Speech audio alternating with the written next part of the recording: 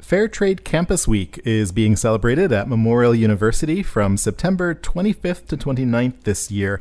And here to talk about it is Katie Stone.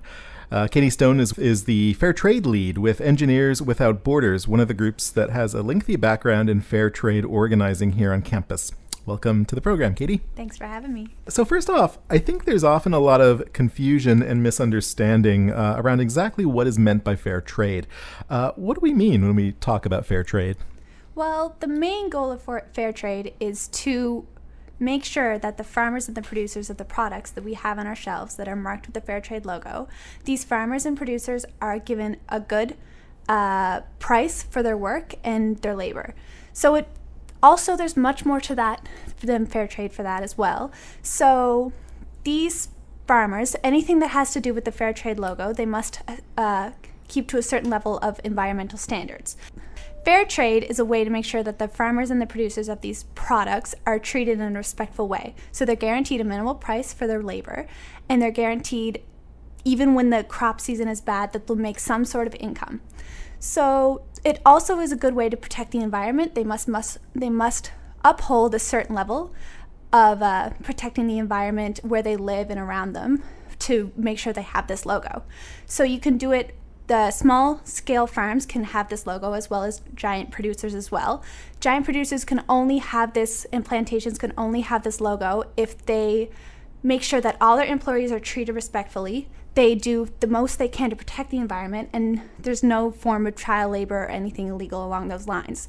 People at these companies are also allowed to negotiate their prices, so if they feel like they're being ripped off or they feel like they deserve more, they are allowed to talk to it and won't be punished for it.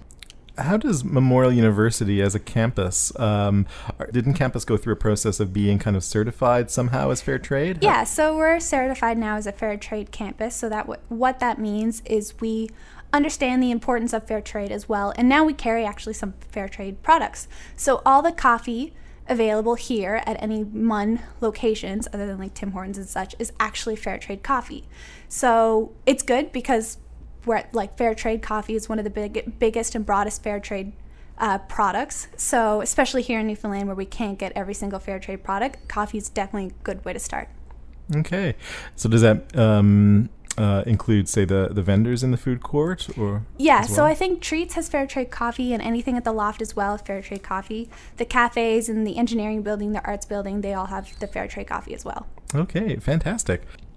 So Fair Trade Campus Week is coming up September 25th to 29th. What do you have lined up? What's happening this week? So on September 26th in the loft, EWB is having their Fair Trade Day. So we're celebrating on the 26th. So you can come down to the loft between 10 and 4, and we will have free coffee, we'll have free chocolate, all free fair trade products. We'll be giving away stickers and bookmarks, and it's a good place to come if you want to get some coffee, learn a bit more about fair trade. We'll have people there talking about it, and you can ask questions and find out more what it's about.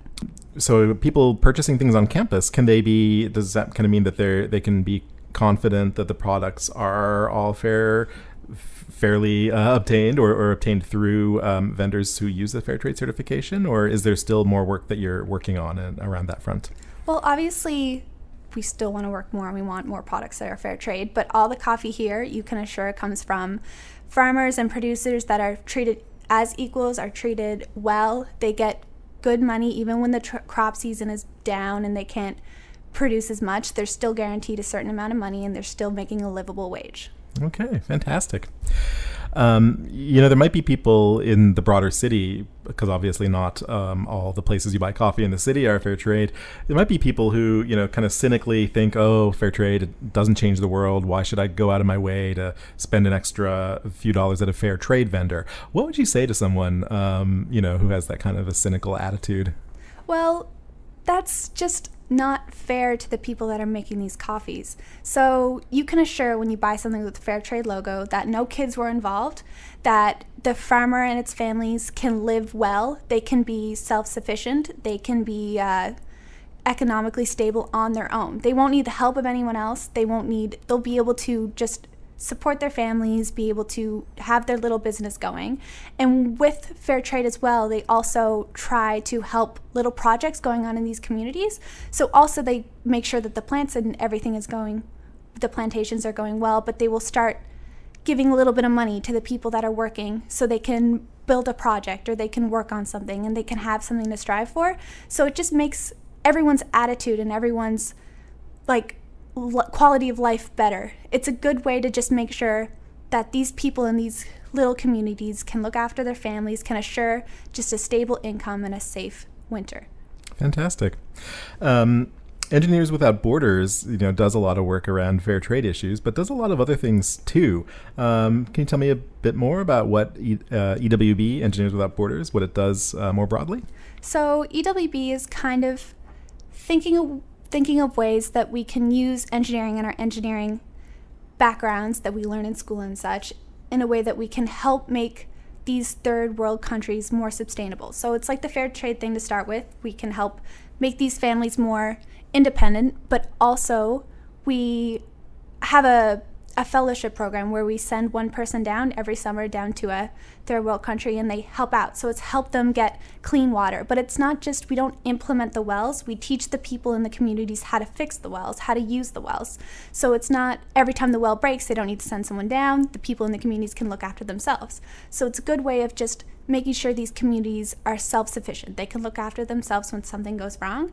So we also have a lot of programs where we want to educate, say, people in high schools, people in elementary schools, people in university as well, about what EWB is and why it's important. And as well, we have the Global Engineering Fellowship going on right now. So you can finish your engineering degree with this certification, which means that you understand the importance of engineering in the world. Like, what we don't need to just stay home and work on our technologies and stuff like that. We can use what we've learned and we can go elsewhere and help other people learn as well. Fantastic. So you're an engineering student? Yes, I am. Okay. What year are you in? I'm in term 3, so second year. Okay. What attracted you to Engineers Without Borders? What got you, drew you into it? Well, I guess engineering is great, but I want a way to give back as well. So I can't exactly help people by just staying home, but if I use what I learn in school and I implement something with the fair trade or help send someone away and teach other people, it would be a good way to take what I learn in school and give back in the way that I can. Fantastic. Okay, well, is there anything you'd like to add about the week coming up? No, please come down. It's going to be really exciting. Everything is free, so you can come get your coffee from fair trade vendors. Awesome.